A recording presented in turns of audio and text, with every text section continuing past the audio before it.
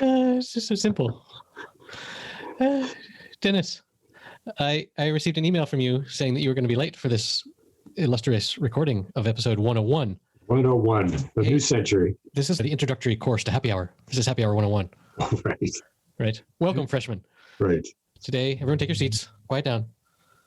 I received an email from you saying, which I responded because your email sounded very much like the famous who can write a story in 6 words example that is attributed to Hemingway, where he said, for sale, baby shoes, never worn, which is just what a great narrative in 6 words. Like that's, I've never heard of anyone doing it any better than that, because like it evokes emotion. Yes. In immediate imagination. So you told me, you said, might be late, truck stolen. So is there a story there, or should we just talk about something else? In the cold of Michigan. Start from the beginning. Okay. In the cold of Michigan. Yes. When you're visiting friends and you have a new car, while you're inside, you can click a switch and it'll start up and stay locked and warm up for you. Right. It's new technology, new to me in my... Back in the old days, you would just leave it running if you were going to run it. In fact, this is a 2001 truck, so the truck is back in the old days. And of course you do leave it running. So the truck was idling, thus warming up outside a neighborhood about 2 miles from here. And during the time span... You were delivering some drugs or something? Where were you? You were talking with your dealer? I played the fifth. Okay. But while it was being warmed up, somebody went, oh shit, there's a fucking warm ride, and jumped in it and drove away. And we haven't seen the truck since. Huh. Police reports and police officers visit Kalamazoo Public Safety Department. Just the best I've ever encountered. Nice. Absolutely the best. Responsive, efficient. They pretend to care about your missing vehicle. Well, even though they know that I don't want it recovered because I want a new truck. Oh. So you're not totally admitting to having an accomplice take it and leave it in the dump. I thought about that after the fact. I thought, this is how it would be done. That's like a plot thing in your honor. This is how it would be done. You say, hey, listen, I'm going to leave it running, whatever. Right. You jump in and steal my truck. But what we're going to do is we're going to strip out the engine, which is worth 600, the tires, which are worth 400, the battery, which is 200, various bits and pieces, toolbox worth 300, on and on. Right. And we'll take that and you get half of that. Plus I get a new truck. Where does the guy take it? He takes it to a barn 8 miles in the country, right, where there's electricity and you can take the fucking car apart. It's a fucking chop shop, the double deal chop shop. So what'll be interesting, right, is that I'm thinking about this, just that's the way they do it. So now I know that what they're thinking is they got to make sure that's not what I'm doing. But now that I've already thought of it, I can't act like I've never heard about it before. We can't publish this episode, at least not with this clip. Until after I sell half the truck and get the money for the truck money. Yeah. Until after that, then we're good. For 7 years. No, wait a minute. No, 7 years. You have to wait. Okay, this will be episode 7,000. 7 years? No, it won't be 7 years. It'll be 700. So 7 times 50. 350. 350, and we're at 100 now. So episode 452. Welcome to episode 452 of Happy Hour. What was that? Oh man, it was one of those new vehicles. Hey Dennis, is that your hover truck? What's that? Remember that thing I told you about, the guy that made the noises of the motorcycles? Suzuki. Right. Yeah. So what kind of truck are you going to get now that you have a truck-shaped hole in your life? This is an interesting thing. Now, here's the deal, is that the truck can't be, they don't cut a check unless the truck is what you might call akin to being declared dead. So there's a 48-hour waiting period before you can get reimbursement for a rental.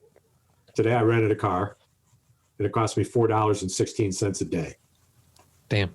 After insurance. So now we got that car. We could put that on the Patreon account. We'll expense that. We could. That's a day though. And now we got to wait 2 weeks after it's first reported, according to the lady, my insurance person. Mm-hmm. It's all very high tech. Jennifer, a little text message, you write Jennifer and you get an automatic text that says, Jennifer will be back with you within the close of business today. And then Jennifer doesn't come back. And so we write, who wrote this? Jennifer's not getting coffee. I'm writing this for Jennifer. And I write back and say, but who are you? And then there's this long silence. And then I get this thing back and said, why do you care? And I knew that something was happening that was beyond my imagination. Could you get it to open the pod bay doors? Or no, that's not possible on this trip. Hey, so I got, speaking of equipment, guess what I'm sitting in? A new case, a new chair. I went chair shopping the other day. Conformed. This is, if you know anything about chairs, which you probably might. I didn't until a week ago. This is a case chair. Ah. This chair goes for between $500, $550. I got it for $90. Nice. Did you like pistol whip the guy or Let me put it this way. He was sitting on this chair behind the desk and I just had to have it. Let's just say that I was convincing. Persuasive. Yes. I made him an offer. Is that steel case? Yes. Yes. Okay. I tweeted the other day, a month ago, that I'm in the market for a new chair because my current chair, which is 18 years old now from IKEA and has served me really well. I spend more hours in this chair than I do anywhere else. And it's starting to disintegrate. Like the faux leather plastic is just like falling apart. And so on Twitter, I said, hey, I need ideas for an office chair. And of course, everyone is so opinionated about their office chair choices. Actually, I got a whole bunch of feedback. And some of the most interesting feedback I got was, one of the first ones was someone said, look, don't buy an internet chair. Don't search online. You have to go to the showroom and sit in all of them and choose that way. And I was like, that's interesting. Not so convenient because I live in a little... If you get a good one, the odds are great. You spend some money on it, the odds are great. But, yeah, and like I said, I spend so many hours in my office chair that I'm willing to spend a lot of money on a good chair. Yeah. But then I got a message from a local American expat that I've never actually met, but like she's the husband of a teacher that used to teach my kids, which is weird.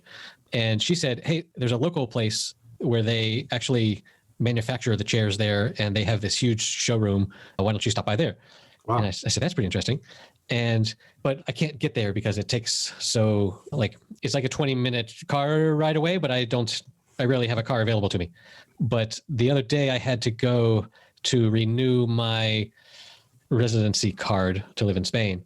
And I was able to borrow a car from a friend. And on the way back from that, I was able to stop at this chair place.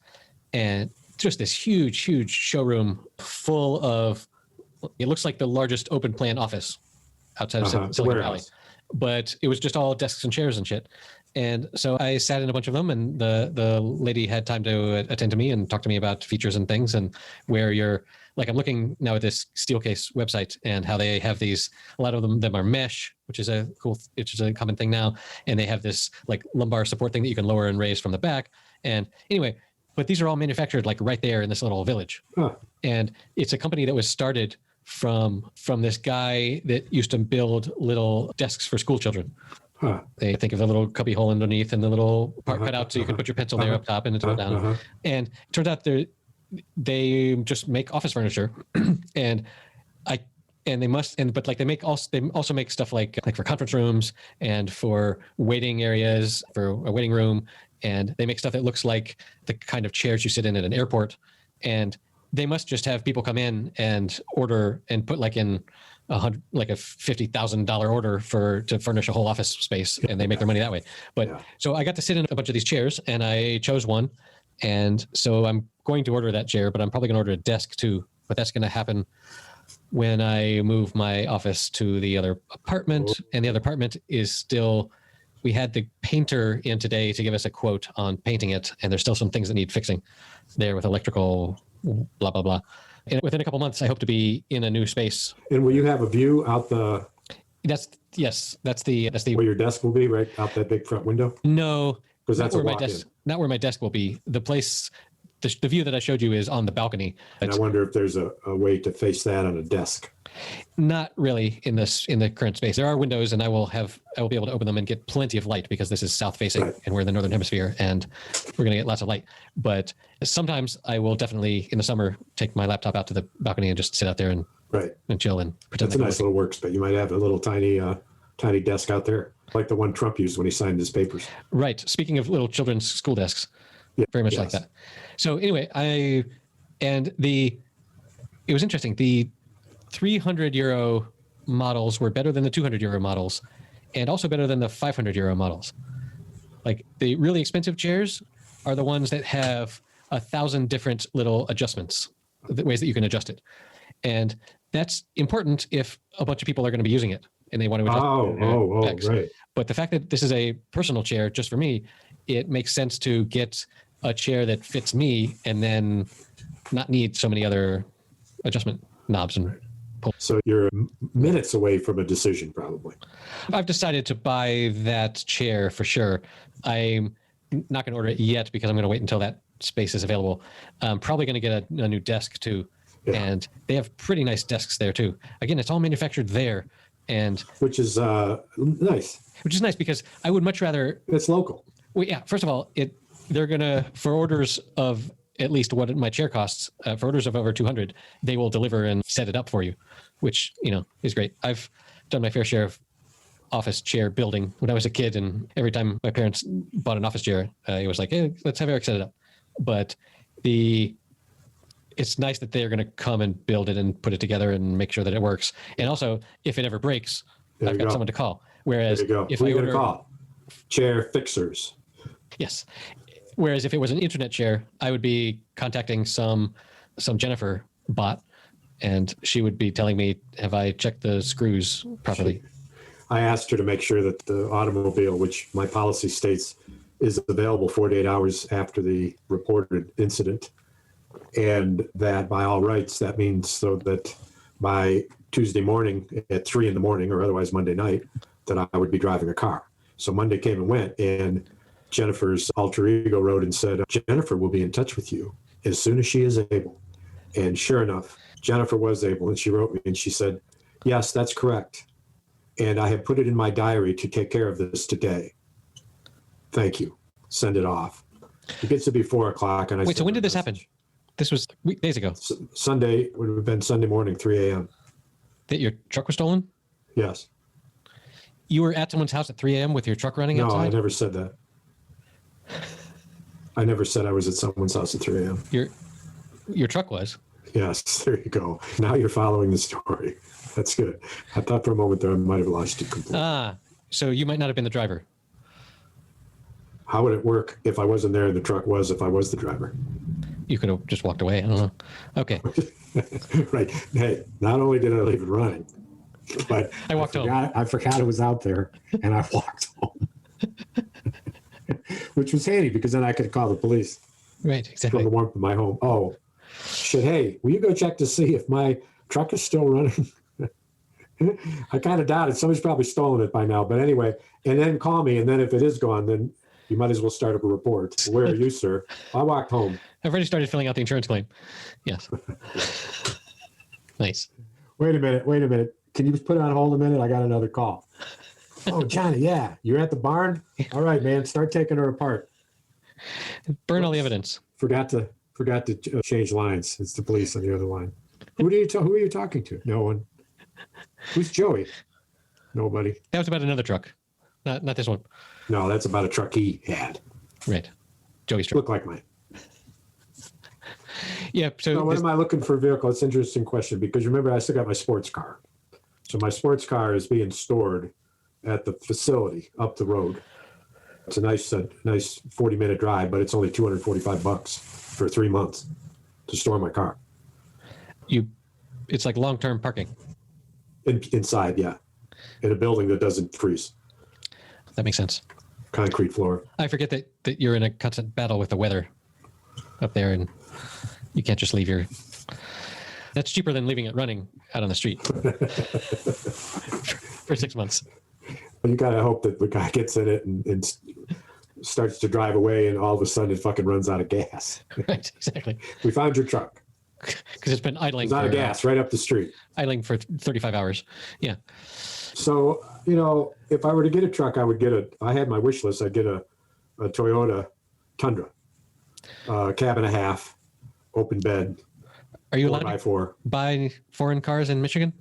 Is that? Yeah, there's a hefty tax, but when you tax a Toyota, it simply is competitive with the other cars. When you tax if they didn't tax it, everybody would be driving one because they're $3,000 less.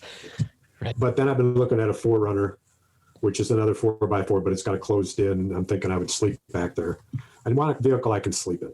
I want to be able to take and that's the thing where I don't think I'm going to get a truck. If I got a 4Runner that I could close truck. Remember John's truck? Would you leave it idling when you were sleeping in the back? Because I'm just saying, what if you woke up in Wisconsin and the guy that took the truck didn't look in the back and you were just like, hey, where are we? I got to pee. Can you stop? Hey. Yeah. And then just get a tow package on it. And then instead of having a truck, just use a trailer because I only need the bed of the truck occasionally. And if I have a trailer, which I have a trailer that's 4 wheels, all in the center. And it used to be all 4 wheels are in the center? Yeah. There's 4 wheels and they're in the center of the vehicle. So when you have it unhitched, it'll lean downward toward the hitch because it's off balance. It's not a wagon, it's a trailer, but it's 4 wheels. Gotcha. Now you know the difference. You didn't know the difference. But anyway, so then I could put down the passenger seat, unfold it, and then push the passenger seat in the front all the way up, and there'd be a nice 3-foot area where I could throw my cushion and sleeping bag and sleep in the back of it. That's the thing I've never really grokked about Americans and their pickups is so many American pickup trucks, they're actually used to carry loads that would not fit in a car like once or twice a year. And like, it seems like a lot of people, like there's a bunch of suburban folks that have a pickup truck that they never fill full of gravel or mulch or whatever. Right? Because the guy just likes to drive a truck. Because they like having a truck, and they like the masculinity on TV is like, right. Well, since I was a contractor for this house, you can't imagine how much I use that damn truck and the trailer. So a part of my concrete house, you remember the story, episode 52, when I was patching up the house? That was quite a while ago. You've been patching for... Now there's a slab coming off the side of the house. So imagine big house, and this is the size of the slab that's falling off the house. You walk up to the house, and the height of the slab is at your chest. Chest slab, yep. That's from there to the ground down. And then you walk from a window where it's bulging out and cracked to the next window, which is 3 long paces. Okay. That's chest 12 foot. 3 long paces, yep. That's the size of the slab that's coming off my house. What do you mean the slab is coming off your house? It's a concrete house, and the concrete, I've told you this, remember the house made out of wood, that when I opened it up, you could still smell the red pine. It was so fresh. Right. But on the other side of that is tar paper. And the big bad wolf, blue. Then these little thin strips of wood, and to the little strips of wood is stapled a screen. So there's a space between the tar paper and the screen. And it's about 1/4 of an inch deep. So it's raised up. Right. So you may take your concrete mix that doesn't have any stone in it yet, and you take your trowel and you push. In the old day, you take your trowel of concrete and you push it through that concrete so that it went all the way to the wood, to the tar paper. So it was 1/4 of an inch thick in, and then you left it 1/4 of an inch thick out. So right in the dead center in these long strips are this wire that's embedded in 1/2 inch of concrete. And that's your wall, part of it. And then you finish it off. Is that rebar or some other kind of wire? No, rebar is what you put in the ground to do the same kind of thing. Okay. To give you a vertical strong hold. But this is attached. So now imagine this, that what I do is that on before I put the strips on, but there's the bare house, the red pine house back in the day, 1908, yep. when it was put up. First, I buy cement board, which is paneling, obviously, that is made out of what? Cement. And it's very narrow. It's eighth of an inch or quarter of an inch thick. Narrow is what I used.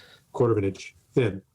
And you cut it and you put it on top of the wood. Now, and you drill it in with those screws all over. Zzz, zzz, zzz, zzz, zzz, zzz, all over. Yep. So it's uptight. It's screwed. When you put your strips up, or you put your strips up, and then when you push the concrete through the net, the wet concrete. Oh yeah. It touches the concrete board, the cement board, which then starts to deteriorate from the moisture and the wet of the concrete, and it all opens up and gets wet. About halfway through it, it gets moist and wet, and then it all dries together. And now the concrete you applied is now interrelated in a symbiotic, peaceful expression of concrete love, cement love, real love, where they're together. Yes. And they're integrated. And it's no longer an integration, but it's a isolation of the two of them together. A union. One set of cement. That's what I'm talking about. Whew, baby. I need a cigarette. So imagine how strong that is. Okay? Okay. Now, and then on top of that, you take that same concrete mixture, which is so much lime, so much concrete, so much sand, mixed in a mixture, that you mix up with a big hoe and a big wheelbarrow. Lime and this time, you throw in a certain kind of a stone. Because when you put your next layer on, while that layer you just put on that went through the screen is wet, while that's still wet, you put on the finer layer. But this layer is stoned. Articulates a stone pattern, which gives this house its look, its concrete look. Stony look. Here's the stucco can mean a bunch of things. Well, here's the question.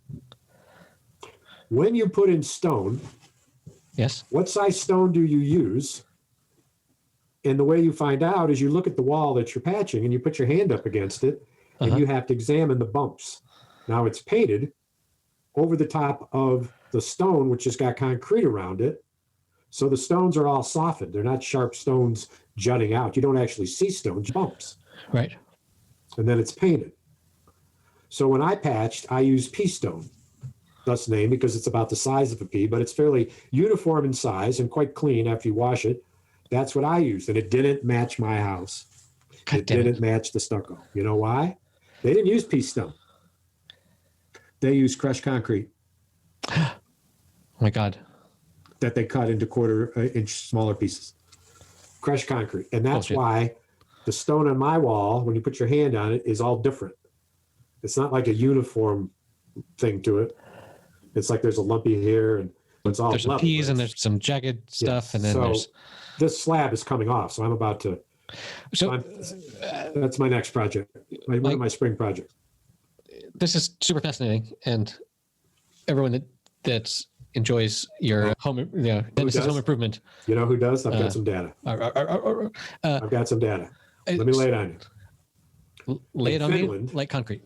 In Finland, yes, we were 76 in popularity of comedy. 76. This isn't funny. That's the good news. Yeah. And this will tell you something about how important 76 is, because we dropped 51 points and we're now at 76 minus 51 or plus 51?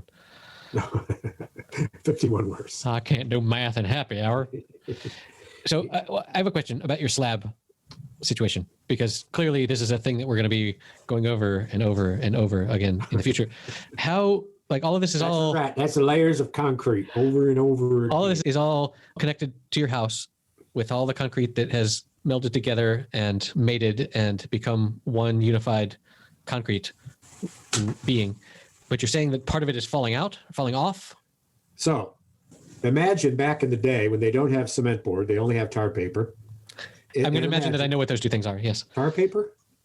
What the fuck is tar paper? You don't know the black roll paper that you fucking roll on a roof before you put shingles on it? Why would I know you really not know that? Why do I know what tar paper is? Hold on. Google. It's a black paper. It's a flannel thing. You put it on a house before you put on your siding of your house or you put on your roof. It's a barrier. It's a vapor barrier in a vapor barrier. So it's petroleum-based product. Well, and you staple it up. It's got lines on it. You staple it. Okay. Tar paper. So back in the day, also think of this. Back in the day, they didn't have aluminum screws and they didn't have electric staple guns. And so what they used you put the wire onto the strips was metal tacks that they nailed in with a hammer. Yep. And those metal tacks are nailing in a screen, which is not galvanized steel because they didn't have galvanized steel there. They just had steel. So that's what all of it's predicated on. So imagine this. Some time ago, someone's living in the house. It's about 75 years, 80 years after the house was built. It's now 1975, something like that, 65, 85. Good years. So we've got this new way to insulate a house. All you do is you drill a hole in the outside of your house, and you drill it all the way till you get to the pine wood. Then you keep drilling, and on the other side of that pine wood, there's a pocket. And that pocket is formed because that pine wood is nailed to studs that are 2 inches by 4 inches. So there's a 4-inch pocket. And then on the other side of the stud is the inside wall. And you know what that's made out of? Pine. No. Tar paper. No. Strips of wood going cross net like a woven pattern, and with mortar pushed into it. You live in a basket? Mortar pushed into it so that when the mortar goes through the cracks behind the woven strips, that it spreads out and hardens and affixes to that. And then over the top of that, they put in this house a heavy mortar that's almost like concrete. And all the walls have got a rough look to them. To get through my walls is 1.5 feet. You have to have an 18-inch drill to get from the inside of my house to the outside of my house. Ooh, baby. Yeah, so what's falling off is that when they drilled the hole to put in the insulation, they didn't save the plug that went in there, which they should have done. Instead, they took a mixture and they plugged the hole with a mixture of mortar. And then it dried, and then it was painted over, and they went on their way. And if you looked at the house, you could see that there's just circles everywhere. Huh. And you say, oh, that's insulation. They didn't do a very good job of hiding those holes. So the mortar that they put on was not consummate with the concrete. Ooh. So unlike concrete, the mortar shrunk. And when it shrunk, that little core that it was in had an open rim. And in that open rim, just a slight crack, moisture could get in and then condense on the inside of where that mortar was and drip, drip, drip. Not just when it rained, but when it was moist, and dripped and dripped. And this is what happened. It did that for 75 years. And the metal net, which was the recipient of the dripping, rotted, corrupted, and broke from the weight of the sticks and the concrete, right? All the weight of gravity pulling it off the house, that final mixture with the stone, or in my case, the crushed concrete. I got it. Ergo, your slab pulls it away from the heaviest part down, and it's a slab.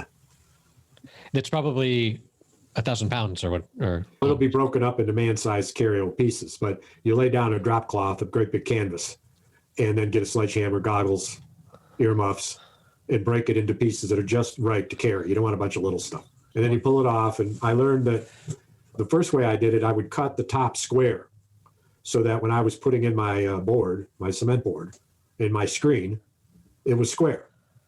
Then I learned square leaves a line, leave it jagged so it blends.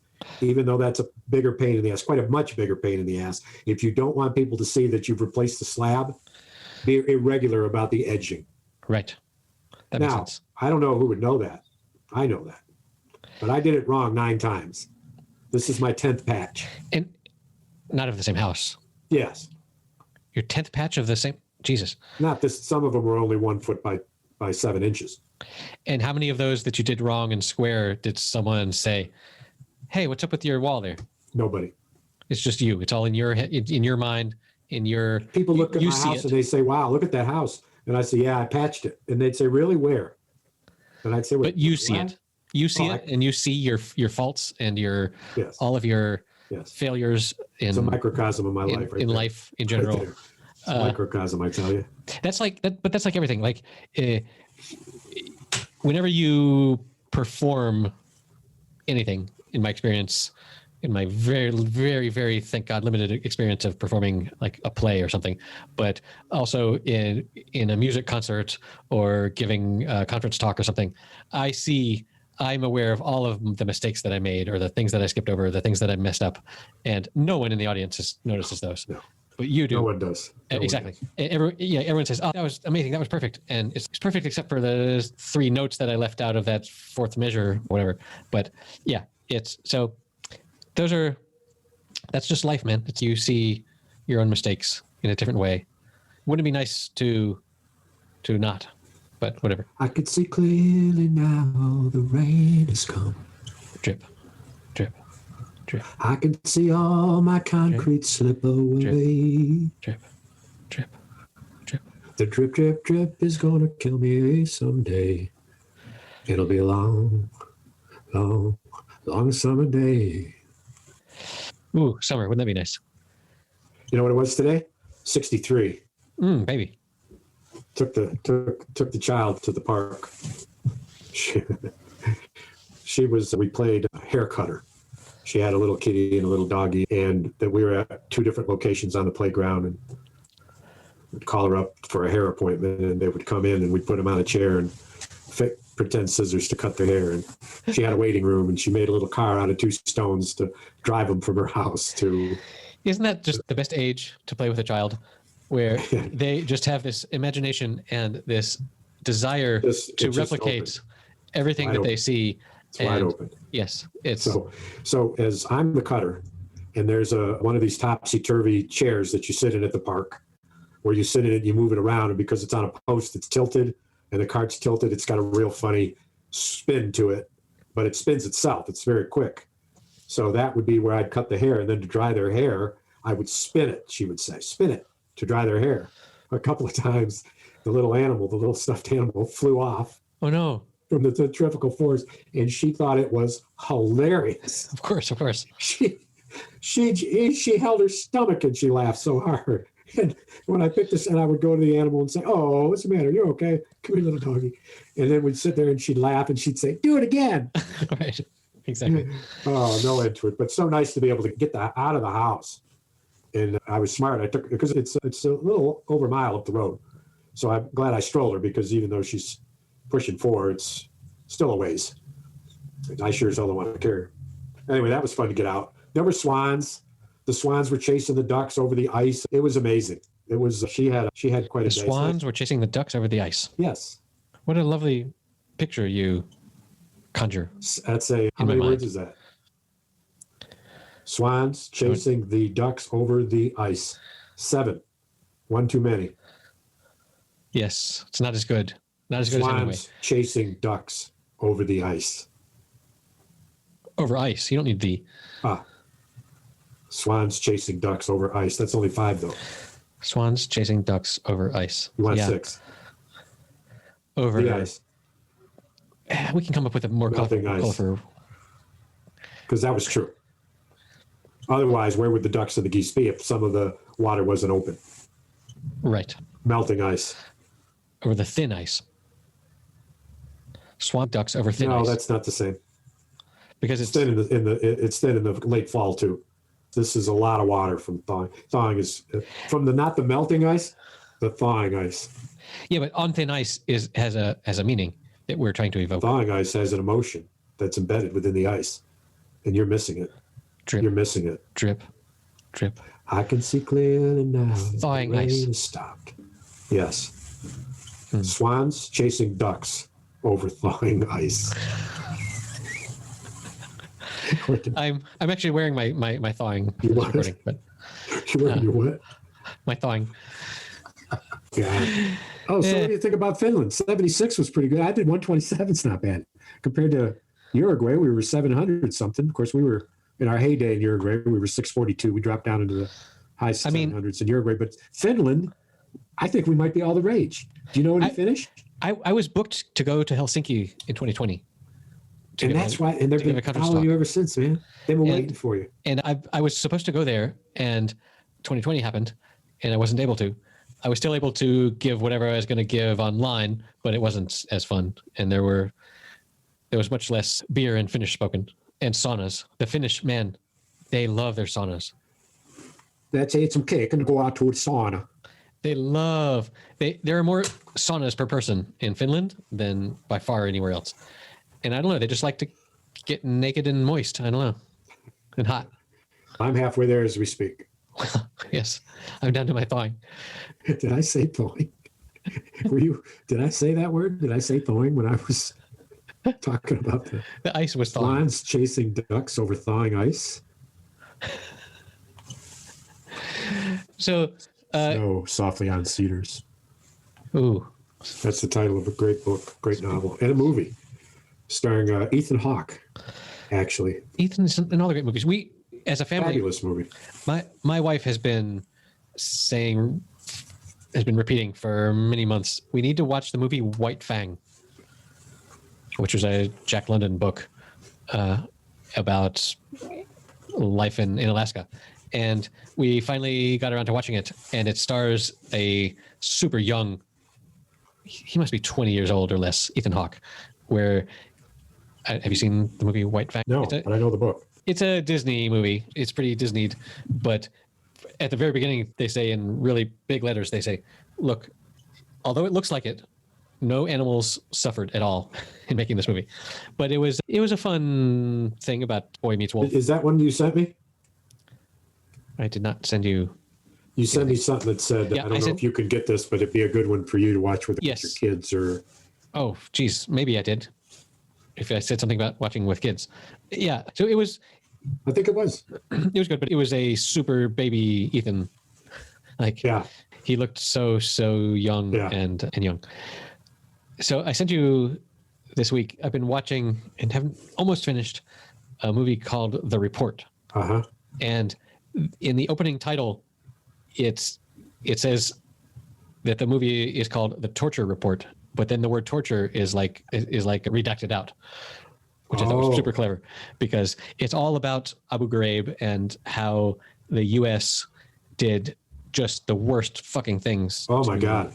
To people. And it's fairly, they don't show a lot of the torture, but there's definitely a scene where they figured out how to shoot and waterboarding everyone that there were some journalists when this was going on. There were some journalists that were curious and volunteered to be waterboarded just to see what it was like. And they had their way of saying uncle was they had a piece of metal or something in their hand. And if they wanted it to stop, they would release that and it would fall to the floor and everyone would know we need to stop this. And from what I remember reading, every single journalist that did this, it was less than a second that they released. They were like, stop immediately. Like, I cannot take a full second of this. And just how horrible that experience is. And that's not even, and like the brilliance of whoever conceived of waterboarding is that it doesn't leave any marks, right? It's not like you're plucking out someone's fingernails or you're chopping off limbs or toes or something. It's totally an experience that you cannot stand, but then there's no real evidence. Apparently there were some people that had to actually be revived after having too much water in their lungs. But the movie goes about showing, it's one of these, it's like I mentioned in the email, it feels very Aaron Sorkin, but it also feels... But it's not Aaron Sorkin. No, but it also feels sort of John Grisham. It feels very like Pelican Brief. This is a nerd that is going through all the paperwork to... Nerd is Adam Driver? Yes, to discover and then write up a really huge report and then be ignored by the people in power. But what a cast. Yeah, you said that. The only people I really knew from the cast were John Hamm, who is not in it very much, and Annette Bening plays Diane Feinstein. Oh. Pretty perfectly. I'll bet she does. She's a marvelous actress. Yes, but it's one of those movies. Like sometimes it's a movie or a series? It's a movie. Sometimes I'm really in the mood for a nerd against the world movie like that, and it was good. So that's on Amazon Prime. Yes. Yeah. I saw a joke the other day. Said, "What do you call monkeys that share their Amazon account?" Prime mates.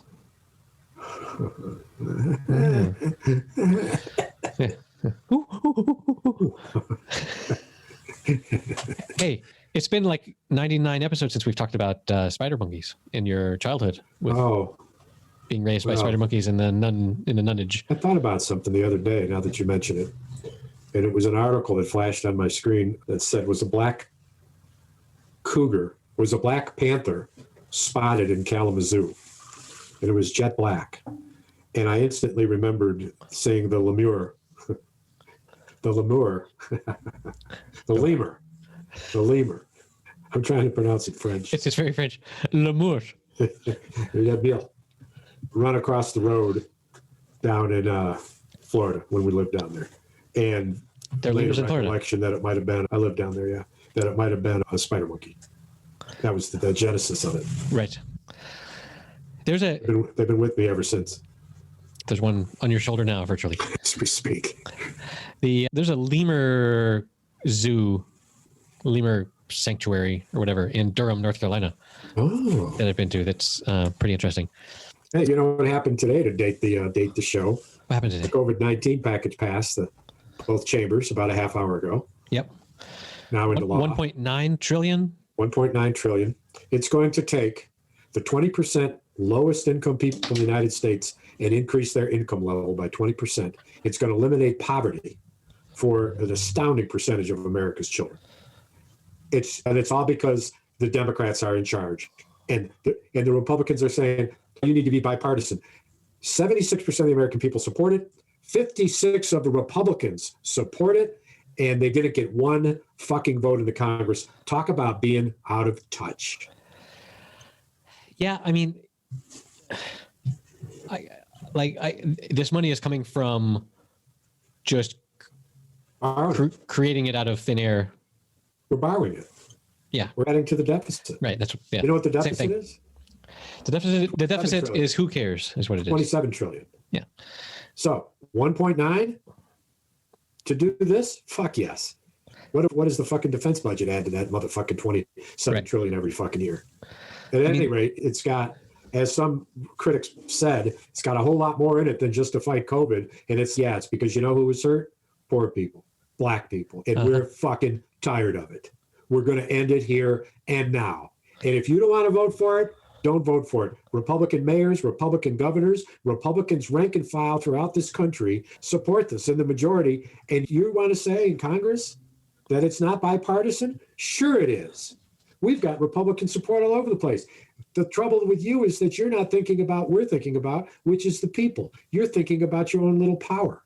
Exactly. And they don't care about that. You're shooting yourself in the foot. Nobody wants to fuck you. Those 56% of Republicans are thinking, what in the fuck is your problem? You won't help me. Fuck you. Independents, 76% support it. This, as my wife said, good. Let them keep shooting themselves in the foot until there's nothing there but a stubby motherfucking ankle. Stubby motherfucking ankle. Yes. Like I heard some liberals were a little whiny about how the $15 minimum wage got cut from the bill. But on the whole, what a huge win for the party that cares for the little people. It's just good to see good shit happening. Biden's approval rating, 60%. Better than Trump's, 16 points better than Trump ever got to. Exactly.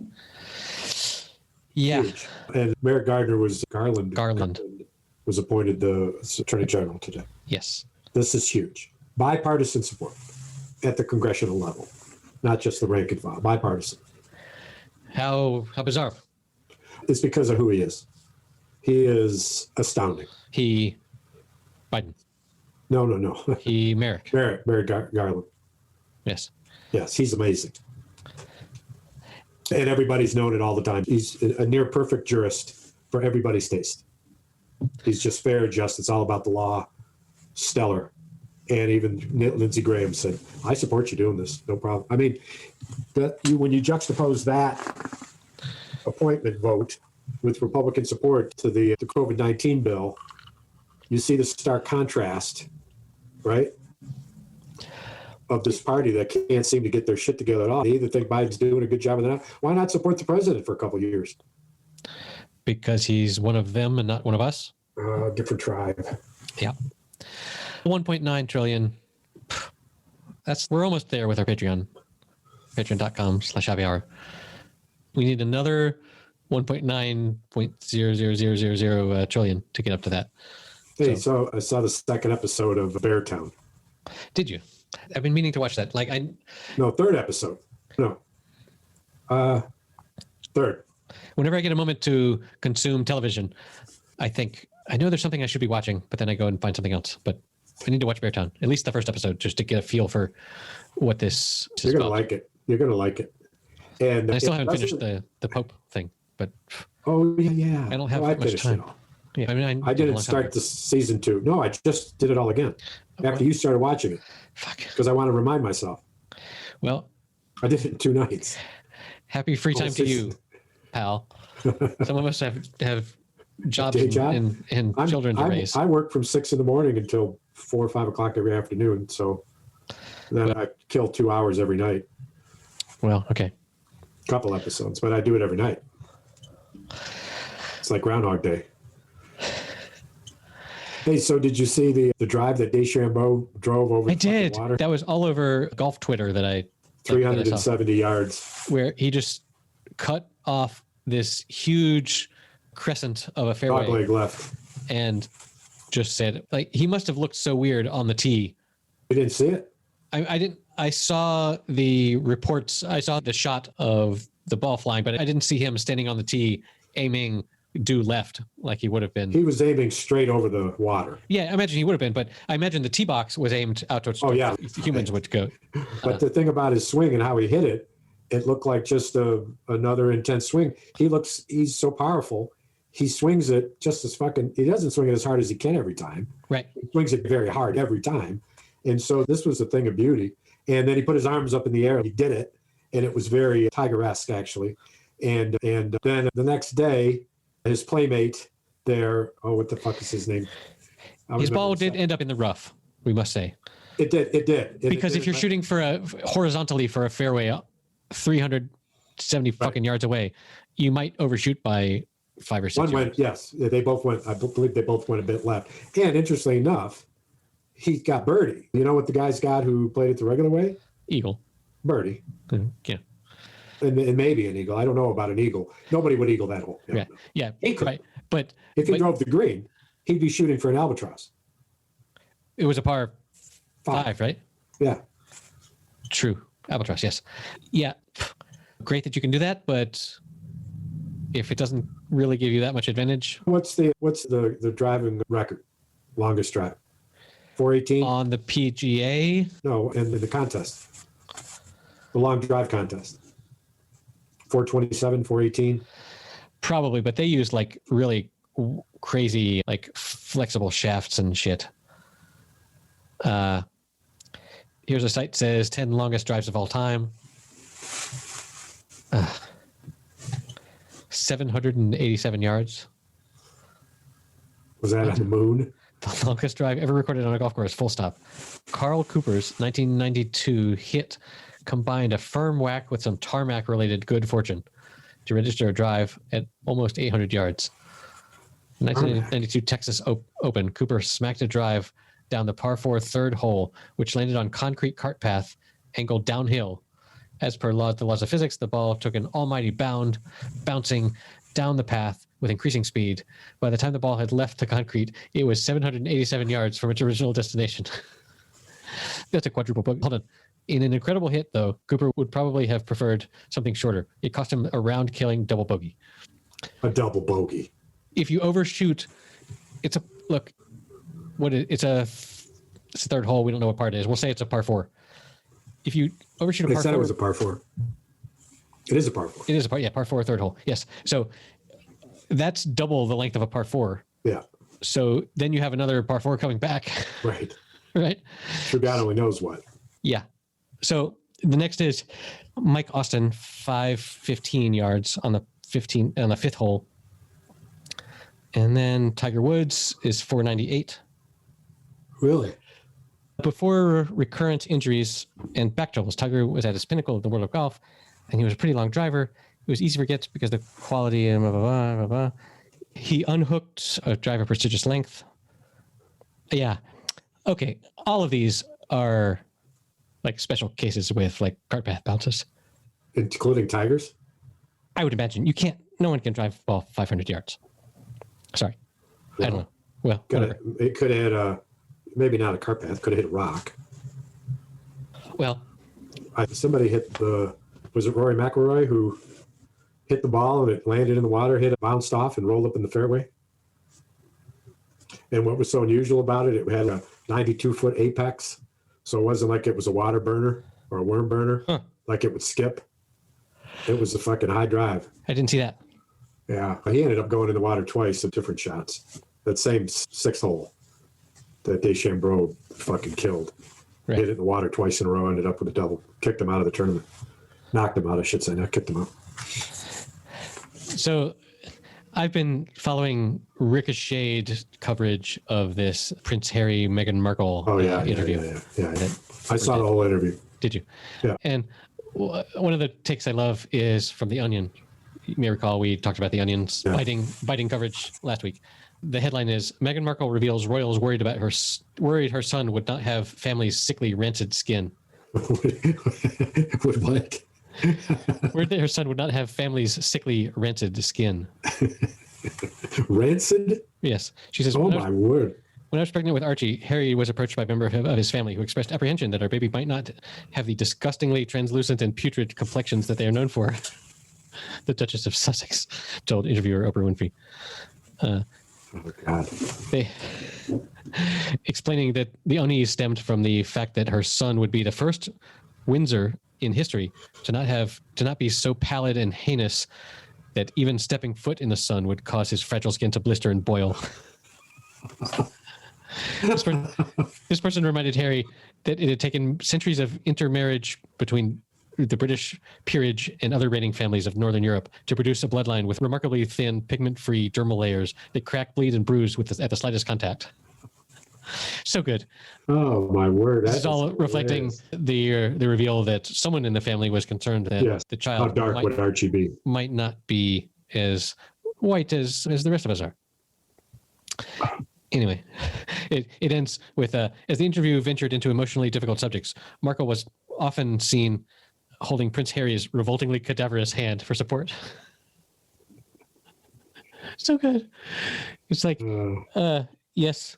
And the whole, like, today there was a big thing where Piers Morgan got upset and ran off set and quit a job and stuff because he wants to be. He said, "I wouldn't believe Meghan Markle if she was telling me what the weather was." Exactly.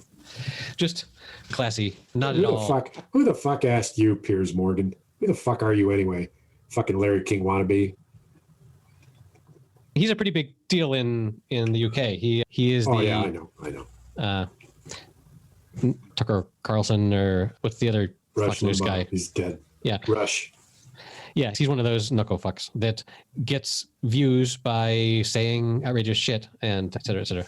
Anywho, so we got another fairly Trump-free news cycle.